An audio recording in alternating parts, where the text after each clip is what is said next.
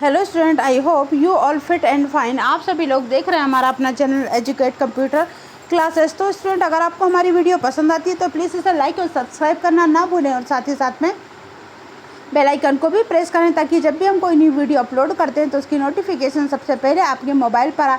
तो स्टूडेंट, आज के हमारे इस टॉपिक में आपको हम 10वीं क्लास के विज्ञान के पार्ट नंबर 6 के जे प्रक्रम के पार्ट नंबर 6 लेके आए। इससे पिछली वीडियो में हम आपको पार्ट इसके लेकर आ चुके हैं, जो आज का हमारा पार्ट नंबर 6 है, जो 10वीं कक्षा के महत्वपूर्ण प्रश्न उत्तर इसमें दिए गए हैं। तो चलिए स्टार्ट करते हैं हमारी आज की वीडियो।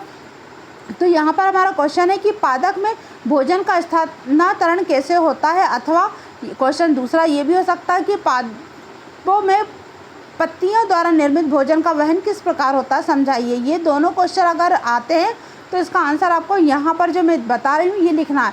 यहाँ आंसर लिखा है, पादपों की पत्तियाँ प्रकाश संश्लेषण क्रिया से अपना भोजन तैयार करती हैं और वहाँ से पादप के अन्य भागों में भेजा जाता है। प्रकाश संश्लेषण के विलेय उत्पादों का वहन स्थानांतरण कहलाता है। ये कार्य वहन ऊतक के फ्लोरम नामक भाग के द्वारा किया जाता है। पत्तियाँ भोजन तैयार करती हैं। फ्लोएम वाहिकाएँ के द्वारा पत्तियों से भोजन स्थानांतरण पूरे पौधे में होता है। मतलब क्या है, जो पादप होते हैं, मतलब जो अपने स्वयं का भोजन बनाते हैं, तो वो प्रकाश संश्लेषण की क्रिया में ही अपना भोजन बनाते हैं। पर वहाँ पर वो बनाकर वो क्या करते हैं, अपने पूरे भागों में ले लेते हैं। पर जब प्रकाश संश्लेषण से विलेय उत्पादों का वहन स्थानांतरण कहलाता है, जो फ्लोरम नामक भाग के द्वारा किया जाता है। जब भी ये ऐसे अपना भोजन तैयार करते हैं तो जो अच्छी चीज़ें होती हैं वो अपने अंदर ले लेते हैं, बाकी जो ख़राब चीज़ें होती हैं उन्हें वो वातावरण में छोड़ देते हैं। फिर अगला क्वेश्चन है हमारा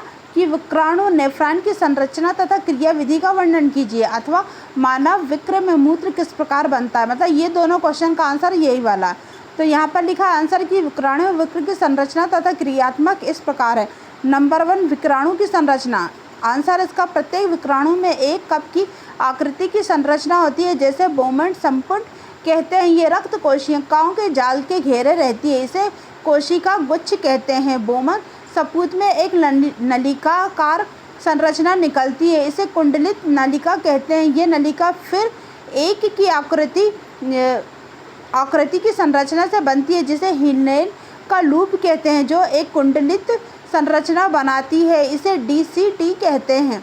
ये वाहिनी में जाकर मिलती है। यहाँ पर आप इसका चित्र देख सकते हैं। कोशिकाएं गुच्छ, ग्लोरम, बोमन सपोर्ट, विक्र धमनी की शाखा, विक्र शिरा की शाखा, विक्र धमनी संग्रह वाहिनी और विक्राणु का नलिकार भार। तो ये वाला जो आपका चित्र है, तो आप इसको भी एग्ज़ाम पेपर में बना सकते हैं।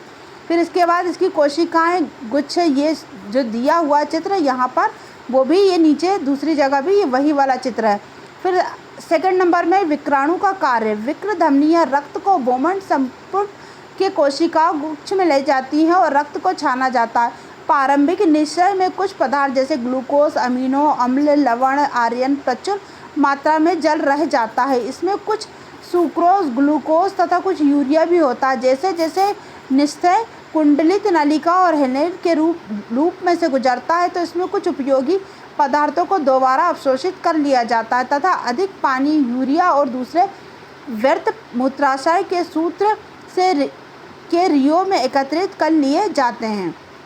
मतलब ये है कि इसके अंदर जब भी मूत्र के रास्ते से अगर हमारे शरीर से पानी जाता, तो उसके बाद भी अगर कुछ ऐसे ज़रूरी चीज़ें होती हैं तो वो उसे दोबारा से अवशोषित कर लेता और उसे यूज़ में ले लेता। बाकी की जितनी व्यर्थ की चीज़ें होती हैं वो उनको शरीर में मूत्र के द्वारा बाहर कर देता है। तो यहाँ पर इसकी संरचना भी बनी हुई है। अगर आप चाहें तो एग्ज़ाम पेपर में इस संरचना के द्वारा भी आप इस क्वेश्चन के आंसर को समझा सकते हैं। यहाँ पर मैंने जितने भी आपको क्वेश्चन बताए हैं उसके अथवा में, मतलब ये जो क्वेश्चन था इसके भी 2 क्वेश्चन है और दोनों क्वेश्चनों में आंसर सेम आएगा। इसके बाद भी जो मैंने एक क्वेश्चन बताया, इसमें भी आपको 2 क्वेश्चन दिए गए हैं और आंसर एक ही है। मतलब इस टाइप से अगर कोई भी क्वेश्चन आता है तो आपको आंसर यही वाला लिखना है। मतलब इस क्वेश्चन के आंसर कोई अलग अलग नहीं होंगे। इसी आंसर से आप वो दोनों क्वेश्चनों के आंसर को पूरा कर सकते हैं। तो स्टूडेंट, यहाँ पर जो आपको मैंने समझाया इसे आप ध्यानपूर्वक समझना, क्योंकि ये आपके साइंस का और साइंस में आप लोगों को बहुत अच्छे नंबर लाना, और अगर इन नंबरों को आप लोग लाना चाहते हैं तो आप लोग प्लीज़ मेरी सारी वीडियो को अच्छे से देखें और इनसे ही नोट्स बनाएं। और अगर आपको कोई भी दिक्कत आती है तो आप कमेंट बॉक्स में कमेंट करके मुझे बता सकते हैं। Thank you.